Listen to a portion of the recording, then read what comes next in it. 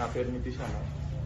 ఇక్కడ వెంకటేశ్వర అయితే మేమందరం అక్కడ కూర్చుంటాం మెలోడీస్ దగ్గర. అక్కడ నుంచి ఇంటికి వెళ్ళే దారిలో మా ఫ్రెండ్ ఒక అతనిట ముందు బండిపైన నిల్చుండు. అతన్ని వేరే వాళ్ళు వచ్చి పట్టుకురు, మాకు తెలియదు వాళ్ళు పోలీసు ఇన్ఫార్మర్లు అని చెప్పి. మేము పోయి ఎందుకు పట్టుకురు బ్రో అని అడిగితే అప్పటికి నన్ను కొట్టేసిరు, నా పైన దాడి చేసేసారు.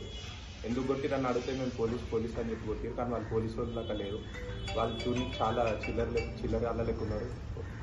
కొట్టిరు. అప్పటికి తర్వాత వేరే దగ్గర వెళ్ళి ఆగిరు. మా ఫోన్లు ఇట్లా గుంజేస్తారు. నేను చెప్పిన అప్పటికి ఏ టెస్ట్ అంటే ఆ టెస్ట్ చేసుకోండి, మీరు ఏడికి రమ్మంటే ఆడికి వస్తా అన్న గిట అట్లనే కొట్టేసారు, వింటారు. తర్వాత ముందుకు పోయి నేను అడుగుదామనే లోపు నాకిట కోపం వచ్చి ఎందుకు కొట్టిరన్నా అని వాళ్ళ మీదకి వెళ్ళేలోపు నా పైన బ్లేడ్తోని పోసేసారు. తర్వాత పోలీస్ కంప్లైంట్ ఇద్దామన్నా గిట పోలీస్ వాళ్ళు గిట మాకేం సపోర్ట్ చేయట్లే అన్న. రిటర్న్లో మా మీదనే కేసేస్తా అంటారు, కాంప్రమైజ్ అవ్వకపోతే రిటర్న్లో మా మీదనే కేసేసి మమ్మల్ని లోపలికి వేస్తా అంటారు. కానీ అటాక్ చేసిన వ్యక్తిని మాత్రం తీసుకురానియట్లేదు, ముందుకు రానియట్లేదు. అతను ఇప్పటివరకు ఎక్కడుండో ఇట్లా తెలియదు అన్న. ఇప్పుడు నాకు ఇక్కడ దిగింది కాబట్టి ఏమంటలే అన్న, కొంచెం కిందికి దిగుంటే ప్రాణం పోతే ఏం చేస్తుండే అన్న.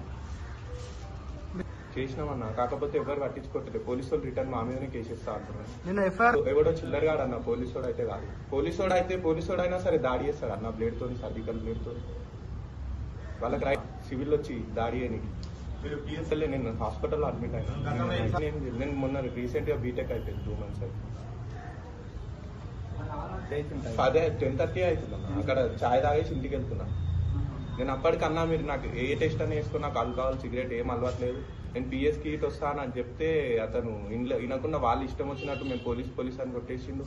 వాడే జున్నికి పెద్ద చిల్లరగా లేకున్నాడు, వాడే అన్ని చేసేటం లేకున్నాడు. వాడు ఇంకా తాగేసి ఇటు ఉన్నాడు అన్న. నేను చెప్తే ఆల్కహాల్ తీసుకొని ఉన్నాడు అలా అంటాడు.